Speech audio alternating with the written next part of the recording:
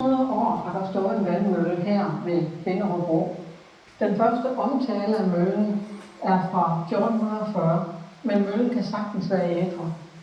I middelalderen der blev møllen kaldt for Guds giftmølle, og Guds gift det betyder egentlig bare Guds gave, hvilket må siges at være et passende navn til en mølle, der tilhørte Viborg Domkapitel.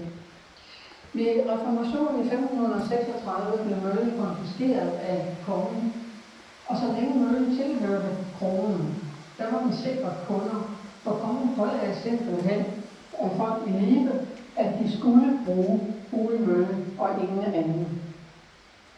Men efter 1600-tallets ulykkelige krige, der måtte Christian IV afhænde den til en af sine mange kreditorer. Kongen havde lånt penge